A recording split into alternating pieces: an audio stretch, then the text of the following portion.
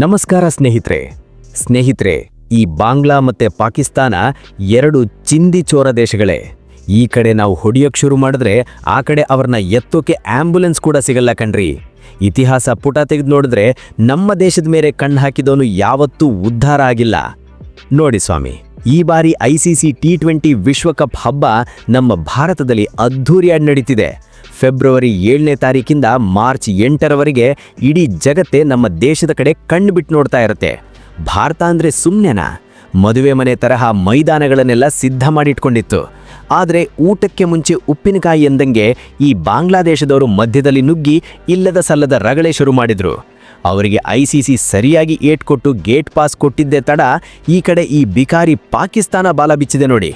ನಾವು ಈ ಟೂರ್ನಮೆಂಟ್ನಲ್ಲಿ ಭಾಗಿಯಾಗಲ್ಲ, ನಾವು ಬಾಯ್ಕಾಟ್ ಮಾಡ್ತೀವಿ ಅಂತ ICCಗೆ ಧಮಕಿ ಹಾಕೋಕೆ ಶುರು ಮಾಡಿದೆ.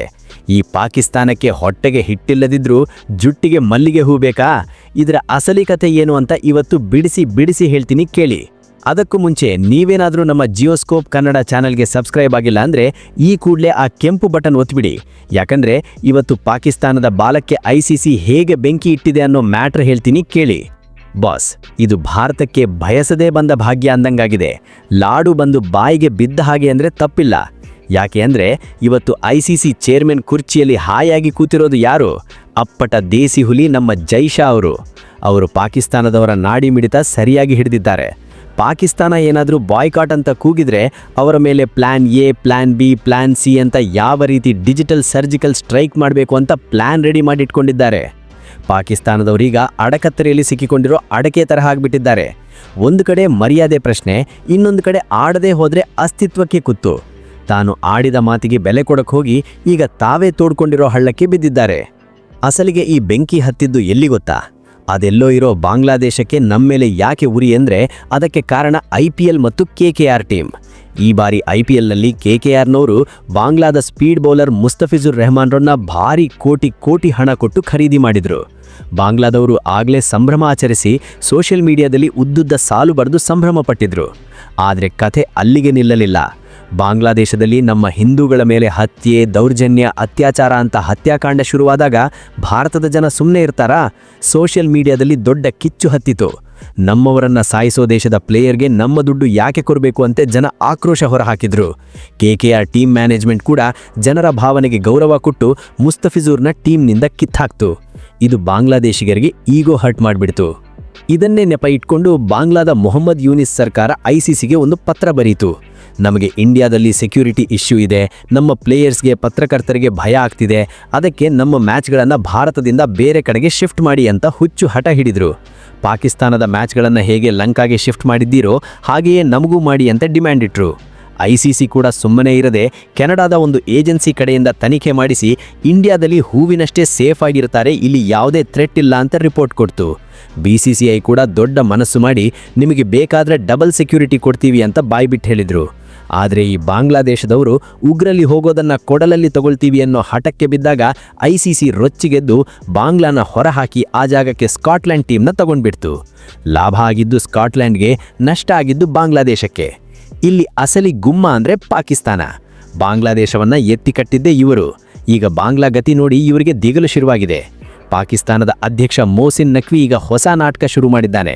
ನಮ್ಮ ಪ್ಲೇಯರ್ಸ್ ಆಡಬೇಕು ಬೇಡವೋ ಅಂತ ICC ನಿರ್ಧಾರ ಮಾಡೋದಲ್ಲ. ನಮ್ಮ ಪ್ರಧಾನಿ ಶೆಹಬಾಜ್ ಶರೀಫ್ ಫಾರಿನ್ ಟೂರ್ನಲ್ಲಿದ್ದಾರೆ, ಅವರು ಬಂದರೆ ನೋಡ್ತೀವಿ ಅಂತ ಜಾರ್ಕೊಳ್ಳೋಕ್ಕೆ ನೋಡ್ತಿದ್ದಾನೆ. ಆದ್ರೆ ಮಗ ನೆನ್ಪಿಟ್ಕೋ, ICC ರೂಲ್ಸ್ ಅಂದ್ರೆ ಕಲ್ಲಿದ್ದ ಹಾಗೆ. ನಿಮ್ಮ ಮ್ಯಾಚ್ಗಳನ್ನು ನಾವೀಗಾಗಲೇ ಶ್ರೀಲಂಕಾದ ಕೊಲಂಬೋಗೆ ಶಿಫ್ಟ್ ಮಾಡಿದ್ದೀವಿ. ಇಷ್ಟೆಲ್ಲ ಸೌಲಭ್ಯ ಕೊಟ್ಟ ಮೇಲೂ ನೀವು ಬಾಯ್ಕಾಟ್ ಮಾಡ್ತೀವಿ ಅಂದರೆ ICC ಸುಮ್ಮನೆ ಇರಲ್ಲ.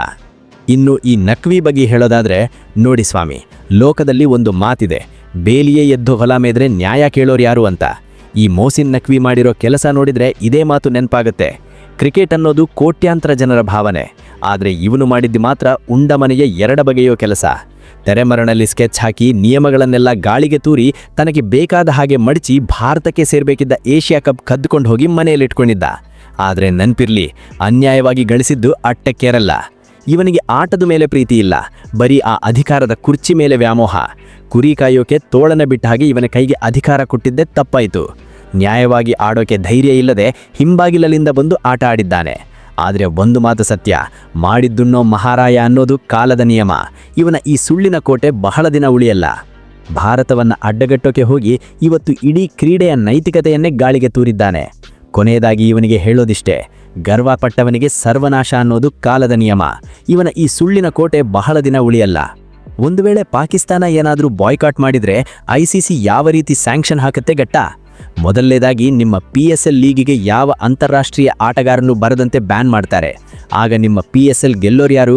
ನಿಮ್ಮ ಗಲ್ಲಿ ಕ್ರಿಕೆಟ್ ಪ್ಲೇಯರ್ಸ್ ಮಾತ್ರ. ಎರಡನೇದಾಗಿ ICC ಕೊಡುವ ಆ ಭಿಕ್ಷೆ ಅನುದಾನವನ್ನು ಪೂರ್ತಿ ಕಟ್ ಮಾಡ್ತಾರೆ. ಆಗ ನಿಮ್ಮ PCB ಅನ್ನೋ ಭಿಕಾರಿ ಬೋರ್ಡ್ ಟೋಟಲಿ ಕೊಲ್ಯಾಪ್ಸ್ ಆಗುತ್ತೆ. ಮೂರನೇದಾಗಿ ಏಷ್ಯಾ ಕಪ್ನಿಂದಲೂ ನಿಮ್ಮನ್ನು ಹೊರಹಾಕಿ ಯಾವುದೇ ದ್ವಿಪಕ್ಷೀಯ ಸರಣಿ ಇಲ್ಲದಂತೆ ಮಾಡ್ತಾರೆ. ಹೀಗಾದರೆ ನಿಮ್ಮ ಕ್ರಿಕೆಟ್ ಅಸ್ತಿತ್ವ ಎಲ್ಲಿದೆ ಹೇಳಿ? ಬಾಂಗ್ಲಾದೇಶ್ ಜೊತೆ ಸೇರ್ಕೊಂಡು ಕುತಂತ್ರ ಮಾಡೋಕೆ ಹೋದವರು ಈಗ ತಾವೇ ಗೋರಿ ತೋಡ್ಕೊಂಡಿದ್ದಾರೆ. ಇದು ಪಾಕಿಸ್ತಾನ ಕ್ರಿಕೆಟ್ನ ಅಂತ್ಯ ಅಂದ್ರೂ ತಪ್ಪಿಲ್ಲ. ನೋಡಿ ಸ್ವಾಮಿ, ಕ್ರಿಕೆಟ್ ಅಂದರೆ ಅದಕ್ಕೊಂದು ಮೌಲ್ಯ ಇದೆ. ಆಟಗಾರರಿಗೆ ಕ್ರೀಡೆ ಮುಖ್ಯ, ಅವರಿಗೆ ಈ ಕೊಳುಕು ರಾಜಕೀಯ ಬೇಕಾಗಿಲ್ಲ. ಆದರೆ ಪಾಕಿಸ್ತಾನದ ದಡ್ಡ ಬುದ್ಧಿಯಿಂದ ಅಲ್ಲಿನ ಆಟಗಾರರು ಈಗ ವಿಶ್ವಕಪ್ನಲ್ಲಿ ಆಡೋ ಕನಸನ್ನೇ ಬಿಡಬೇಕಾಗಿದೆ. ಇವತ್ತು ಕ್ರಿಕೆಟ್ ಲೋಕಕ್ಕೆ ನಮ್ಮ BCCI ಹಿರಿಯಣ್ಣ ಇದ್ದ ಹಾಗೆ. BCCI ಬೆದರಿಸೋಕೆ ಯಾರಿಂದಲೂ ಸಾಧ್ಯವಿಲ್ಲ. ಯಾಕಂದರೆ ಕ್ರಿಕೆಟ್ಗೆ ಕೋಟಿ ಕೋಟಿ ಬ್ರ್ಯಾಂಡ್ ವ್ಯಾಲ್ಯೂ ಕೊಟ್ಟಿದ್ದೇ ಭಾರತ. ಭಾರತೀಯರು ಮ್ಯಾಚ್ ನೋಡೋದು ಬಿಟ್ಟರೆ ICC ಮಂಡಳಿಯೇ ಮುಚ್ಚೋಗುತ್ತೆ. ಇದು ಈ ಭಿಕಾರಿ ಪಾಕಿಸ್ತಾನಕ್ಕೆ ಯಾವಾಗ ಅರ್ಥ ಆಗುತ್ತೋ ದೇವರಿಗೆ ಗೊತ್ತು. ಸ್ನೇಹಿತರೆ, ಪಾಕಿಸ್ತಾನದ ಈ ಕಿಡಿಗೇಡಿತನಕ್ಕೆ ನಿಮ್ಮ ಉತ್ತರವೇನು? ICC ತಗೊಂಡಿರೋ ಈ ದಿಟ್ಟ ಕ್ರಮದ ಬಗ್ಗೆ ನಿಮ್ಮ ಅನಿಸಿಕೆಯನ್ನು ಕಮೆಂಟ್ ಬಾಕ್ಸ್ನಲ್ಲಿ ಪಟಪಟ ಅಂತ ಹಾಕಿ. ಈ ವಿಡಿಯೋ ಇಷ್ಟ ಆದರೆ ಲೈಕ್ ಮಾಡಿ, ಶೇರ್ ಮಾಡಿ, ಮರೆಯದೆ ನಮ್ಮ ಚಾನಲ್ಗೆ ಸಬ್ಸ್ಕ್ರೈಬ್ ಆಗಿ ಆ ಬೆಲ್ ಐಕಾನ್ ಒತ್ತಿಬಿಡಿ. ಮತ್ತೆ ಸಿಗೋಣ. ಜೈ ಹಿಂದ್.